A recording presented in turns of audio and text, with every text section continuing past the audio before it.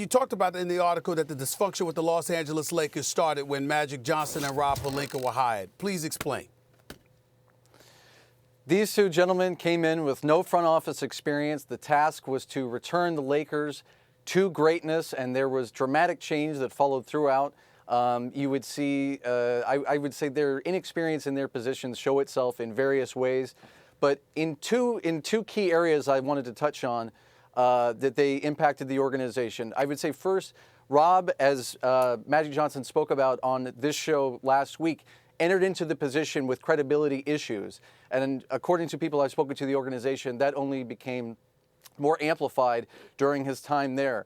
In terms of Irvin, who has said on record before that he can have a kind of demonstrative personality, people in the organization saw that on the occasions when he was in the office, they would describe kind of a duality to his personality. There was Irvin, and then there was Magic. And I think these two things, culminating or played a key role in the dynamics of what the culture would become over the next 2 years within the Lakers. So, Baxter, having said all of that, when you look at the Los Angeles Lakers and ultimately the demise of Magic Johnson in terms of his willingness to just step away and to walk away, what would you think was the biggest motivation behind his decision to walk away? Is it Rob Pelinka? Is it the kind of things that you talked about in terms of the dysfunctionality that rakes through the franchise right now? What's the biggest reason Magic Johnson is no longer the president of basketball operations for the Los Angeles Lakers based on your reporting? I think a lot of it is what he talked about on the air, honestly, last week. I think the commitment to the job, given his outside business interests, was too great for him to accept, especially for a team in rebuilding and the kind of task that it was going to take for him. I think given all the struggles, all the dysfunction, all the bad headlines over the course of the year, that it wasn't fun for him. You have the tampering fines and investigations that ensued, often sparked by some of his comments. So I think it's multifactorial in a lot of ways, for sure.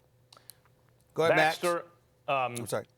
You wrote about Magic Johnson, kind of split personality almost that people experienced. You also wrote about Rob Pelinka being, if not a compulsive liar, then at least he was framed as someone who had no problem lying very easily. What to you seemed the bigger problem for employees of the Lakers? More a part of the dysfunction, Magic's split personality or Pelinka's lying?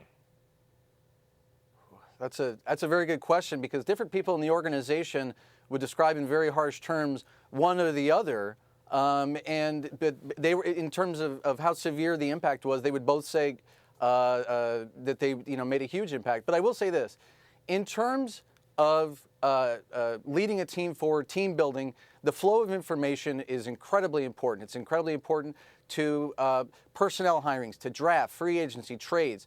And when you have someone at the top, and this is something that many people in the organization as well as many people around the league told me, but when you have somebody at the top who has considerable credibility issues, it creates numerous problems throughout the franchise, especially when you're in the position that the Lakers are in, where they're trying to get back to contending status. And so every move that they make from there on forward is incredibly important. So having severe credibility issues for someone at the top, as Rob has, it can create a whole lot of issues for basically numerous areas throughout the organization.